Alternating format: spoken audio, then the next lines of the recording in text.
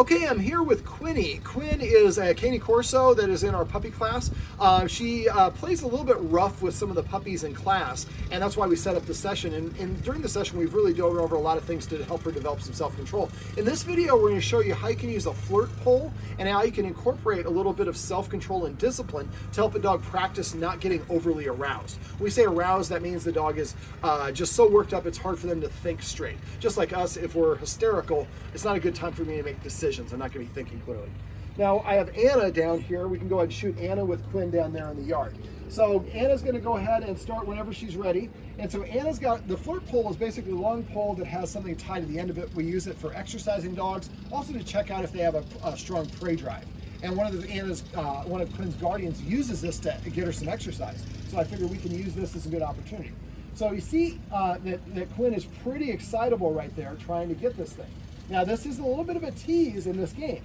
So anytime that Anna feels like Quinny is getting too intense, she's going to stop what she's doing and she's going to ask Quinn for a couple sits or downs.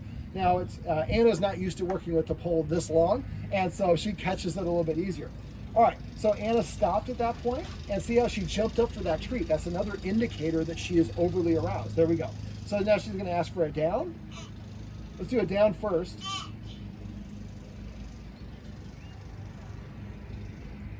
So you see Quinny is kind of centering herself. She's focusing on Anna. She's sniffing the ground. Those are all good indicators. So see how she's got her mouth open. That's also an indicator of a relaxed dog. If you see a dog going from an open mouth, panting, to a closed mouth, that's a good indicator they're getting too intense. All right, so Anna can go ahead and play whenever she's ready.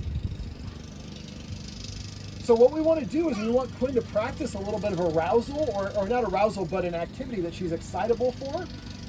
And then stop, control. Now, ideally, we would prefer not to have Quinny grab that one.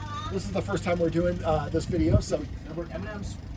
And so you see, Quinny's. That's the reward and the validation when you play with a flirt pole. Is the dog gets to get it every once in a while, and that's their reward. So Anna's going to wait for her to kind of get it a little bit out of her system. She's going to offer a treat to get Quinny to drop it, and then when she drops, she's going to ask for a sit, and then she's going to ask for a down. And see how she's having difficulty getting Quinn to listen because Quinn is overly aroused. It's not Anna, it's the dog. So when you're playing this game, this is a wonderful game to play, but what we want to do is we want to play the game for like a minute or 20 seconds or whatever it is, and when Quinn's energy gets too high, we stop, tell her to sit, then ask her for a crash, then ask for another sit, and then once she's settled down, then we help her practice. This is kind of the same thing we do in our puppy class. We have them practice play breaks during socialization time. This is the same sort of principle. She really likes this activity, but we want her to understand that you can't play this activity unless you're doing it under control. All right, Anna, let's demonstrate a little bit more. And we're going to do a control here in a second. So let's try to do it without her getting it. Oh, sorry. That's all right. That's why I gave Anna a little bit advance notice.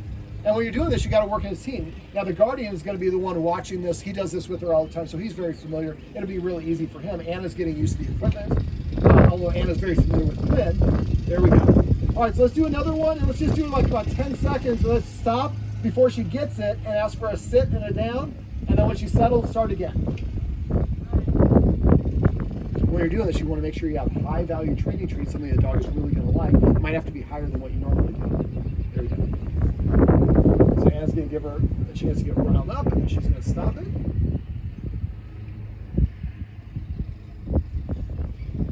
Quinn is a very smart dog. Being a Caine Corso, a lot of people are going to be intimidated by her and be prejudiced against her because she's a bully. And she's I was saying the largest pit bull there is, even though she's not technically a pit. But she's intimidating to a lot of people. And so when you have these sort of dogs, you have to really have what we call a breed ambassador. You want a dog that is so well behaved that people are like, those dogs are aggressive. Yeah, she's a killer when she's lying at your feet asleep. So the idea is, so now she's kind of demonstrated a little bit of control. Now Anna's giving her the reward for this, is now you get to play with this. And again, you can play this a whole bunch of different ways. See, Anna's using her hand at times, then giving the dog the full length of the pole. And there are other things you could do this game with. You could do this game with playing fetch. You can do this game with wrestling with your dog or playing tug games or whatever it is. When the dog's intensity level gets too high, we stop. The dog has to demonstrate a little bit of obedience and checking in or respect for the human. And that way she is more aware of the human, because the human is in control of the game. That makes me more wanting to listen to them, because if I listen to the human, then we get to play again. All right, Anna, one more time. Now, Anna's asking the dog to wait a little bit, which is something the guardian does, and which is another great thing to do. Again, these are self-control. I see how she was targeting it. And when you're doing this, one little tip for the guardian who's going to be doing this, a lot of times when she's over aroused, she's not going to look at you. So every once in a while, ask her, just say her name, Quinn. If she won't look at you, that'd be a good indicator to stop the game and wait until she, and as soon as she looks at you, then give her a treat and say sit, or give her a command to say sit, ask for a down. And so what we're saying is checking in. And what you'll see is at first, she's going to be really focused on the flirt pole. And then after a while, she recognizes that doesn't get my attention. But as soon as I look at my human, that's when he starts doing it again. Of course, the guy does the lawnmower as soon as we start doing the video.